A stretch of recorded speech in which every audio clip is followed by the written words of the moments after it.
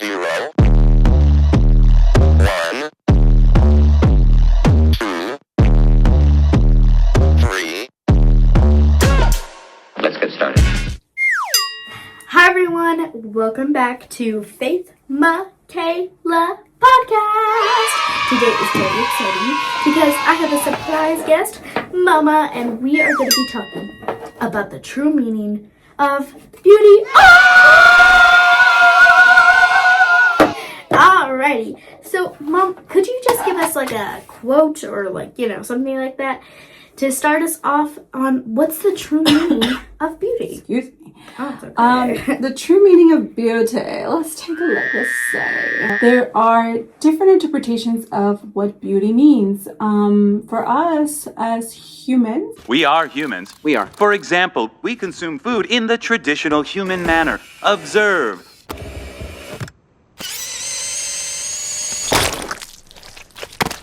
Yum, yum, good. Yum, yum, good. See? We can see beauty in, let's say, a beautiful blossoming flower in springtime. So beautiful. Beautiful sunset setting right above the ocean. Oh, Like yeah. in San Diego, California. There's different interpretations of beauty. But today I am actually going to share something that I was actually sharing with my daughter the other day, and how God sees beauty. And how it also shows in Proverbs 31, which I am sure a lot of my female Christian girls have read. Only God can do. Only God can do. What is a Proverbs 31 woman? And how can we try to strive to be like a Proverbs 31 woman? You don't have to be like her, but she is definitely someone to look up to. And so I'm going to go ahead and read what it says and just kind of dissect it a little bit and go over it. One thing that I did get out of it is that she was actually an entrepreneur. Wow, really? And she was also an investor. Oh, She that's did cool. trading, and she was an investor. That's cool. She was pretty cool. Now a word from today's sponsor. Looking for a top-rated certified nurse injector? Look no further than Mars Aesthetics. Founded by Marlene, an advanced practice nurse, Mars Aesthetics offers expert aesthetic treatments tailored to enhance your natural beauty. Located in Corona del Mar, Southern California.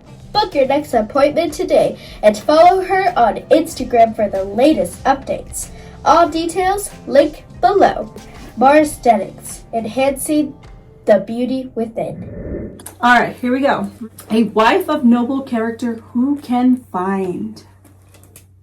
So she's worth far more than rubies. Her husband has full confidence in her and lacks nothing of value. She brings him good, not harm, her life. She selects wool and flax and works with eager hands. So here it says she selects wool and flax, which tells me that she has a business where she picks out her inventory and she works her business. Right? Wow.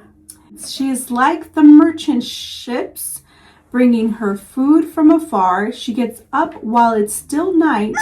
She gets up while it's still night. So she's an early bird. Said the early bird catches the worm. That's pretty cool. She provides food for her family and portions for her female servants. She's considering. She's generous. That's nice.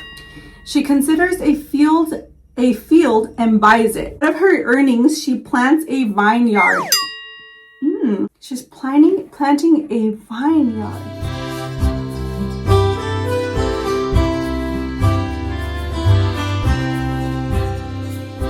In the property she bought. So she's already making that property. So she can make money. Money, honey. All right, get it, girl. She sets about her work vigorously. Her arms are strong for her tasks. She sees that her trading is profitable. And her lamp does not go out at night.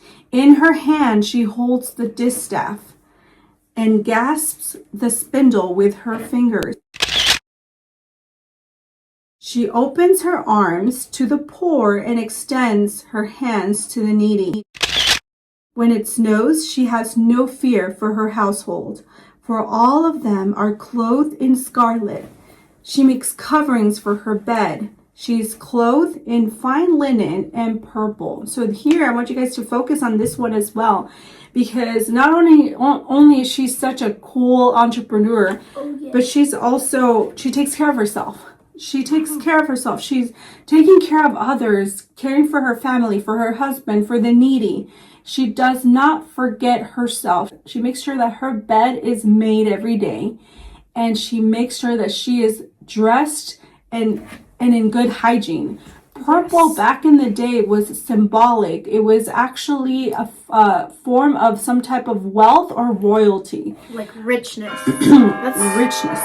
Richness. Her husband is respected at the city gate, where he takes his seat among the elders of the land. She makes linen garments and sells them. She's a saleswoman too. Yeah! And supplies the merchants with sashes. Wow, she's not just a saleswoman. She supplies merchants. So she does the big deals. That's pretty cool. She is clothed with strength and dignity. She can laugh at the days to come, no stress. She speaks with wisdom, and faithful instruction is on her tongue. She watches over the affairs of her household and does not eat the bread of idleness. Her children arise and call her blessed. Her husband also, and he praises her. Many women do noble things, but you surpass them all. Charm is deceptive and beauty is fleeting, but women who fear the Lord is to be praised. Honor her for all that her hands have done, and let her works bring her praise at the city gate. Wow. Now, I know we're talking about, excuse me, I know we're talking about beauty, but that was a beautiful verse. You know what I noticed though in the beautiful verse was that there was a lot of she's and her. And what if you put your name in there? Ah, I like it. Let's try that. Okay. I like the part where she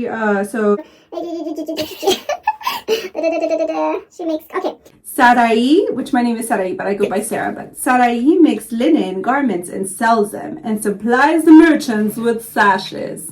Girl, you got something right there. Oh yeah. How about Faithy? Which one would you pick? Okay. I like the Vineyard one. The Vineyard. She's, wait, which one is it? The Vineyard. So that would be when she buys property.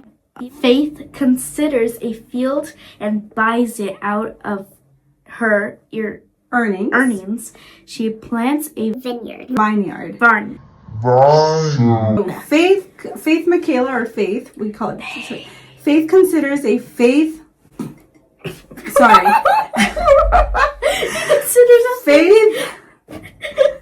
Faith considers a field and buys it out of her earnings. She plants a. And also, I think if you put your name in there, that'll get you more motivated to actually do it, you know? That's a lot of work, but yeah, I totally get it. Having to read that really hit me because, so previously, let's go back a couple years, like maybe many moons ago, I was a single mom. This is my baby girl. And I didn't know what I was going to do because her dad was the provider. And I was a stay-at-home mom, and I wasn't sure what I was going to do. How I was going to pay the rent, how was I going to pay my electricity. And so I prayed to God because back in the day... there seems to be quite a lot of dough, money around that says you can make it. Win it. Well, money talks. Daycare was expensive. I mean, it's still expensive. It's twice as more, probably expensive. So but to me, $800 a month at that time, being a single mom, having to provide on my own was a lot of money to have to put her in daycare. And I didn't want to just put her in any daycare. I wanted to make sure there was security and all of that. So I prayed hard. Yeah. I bet. And I asked the Lord, I was like, God, what do I do? Help. And so he put in my heart that my business, and it was restoring furniture. So I would go and I would purchase furniture and I would just restore it on my own. And so then I was like, why don't I just sell it and start making some money while I'm a stay-at-home mom? So I started a business and it started to grow. And during that time, her dad, he's an amazing father, by the way, and she has an amazing stepdad. At that time, it was time for me to figure it out on my own. And so I did. I started my business. I restored. I remember picking up furniture on the side of the streets, like different houses. I would just drive by somewhere and I would see a dresser. God would just bless me with the free dresser on the side of the road. Sorry, I didn't mean to block your face. Okay. And I was like, Lord, how am I going to pick this dresser up? I'm only like 5'1", 5'2", I'm short. And so I prayed to God, and Lord, give me the strength of Samson so I can do this business, because it's hard. I started to use my imagination, my mind, and how I purchased a dolly, which I call her Big Red. She's my bestie when it comes to my business. Yes, but sometimes she can be a little dangerous. She can be a little she put me in the hospital one time because I stepped on something on her and then it hit me in the face. Yeah, and I had a concussion. It was like really bad. Oh my gosh. Anyway, I forgive her. And so I did. My business was called A Little Bit of Country Chic, and it was very successful. I was able to pay for my stuff. And God blessed me more than I could possibly imagine. And because I stood on his word. And then there was one time where the very first dresser, actually, excuse me, I'm sorry, I'm going on about this. Oh, it's okay. But the very first dresser that I put out there did not sell. It took forever. I felt like it was taking forever. Yeah, and it wasn't selling. So then I remember I was like, I had a conversation with the Lord, because I didn't pray. I just had a conversation. I said, Lord, nobody's buying my furniture. Like, I need the money. And so the Holy Spirit in my heart said, change the color of the knobs. So we changed the color. So then my signature look, I called it my signature look at the time, was that Kona on top, dark brown and black knobs. And that's all I would sell. It was, girl, you made some moolah. I made some moolah. I did. Yeah. I had to do what I had to do. And it's my first time dissecting Proverbs 31. And I didn't realize at that time how much I could relate to this chick. Because now I'm a stay-at-home mom. But thank God that Charlie is a great provider. Yes. You know, and also your dad is a great dad. Yes. And he provides for you as well. But, you know, when I'm a stay-at-home mom, even though it's still a pretty hard job to be a stay-at-home mom, because I'm cooking, I'm cleaning, I'm homeschooling my daughter. Laundry. I mean, lots of laundry. Yes. Okay, so lots of laundry. So it gets really hard sometimes to have to put it all together. But I admire her because she wakes up early in the morning before the sun rises. She's up. She's a go-getter. She didn't stop. She kept going. And even then, she laughed at the days ahead. She didn't complain. And that is what I take out of this. That is what I hold on to dearly. So the other part that I wanted to go over is self-care. Yeah. So it talks on here, if you want to read this 52. She makes coverings for her bed. She is clothed in fine linen and purple. This tells me that she's rich. She's loaded. Okay. But what this to me tells me that she takes care of herself. Mm-hmm. That she takes care of her, make sure that her bed is made. She makes sure that that she is dressed probably to the nines back then.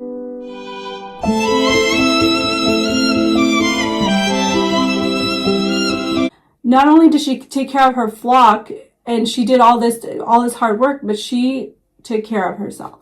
Can you share with me how you take care of yourself? What's your morning routine? My morning routine is Good morning, God, because you always want to talk to God. You always want to include him in your day. Maybe say, please, God, have me have like a good day and I love you or something. Yeah, something like that, you know? Something pretty. Yeah, something beautiful.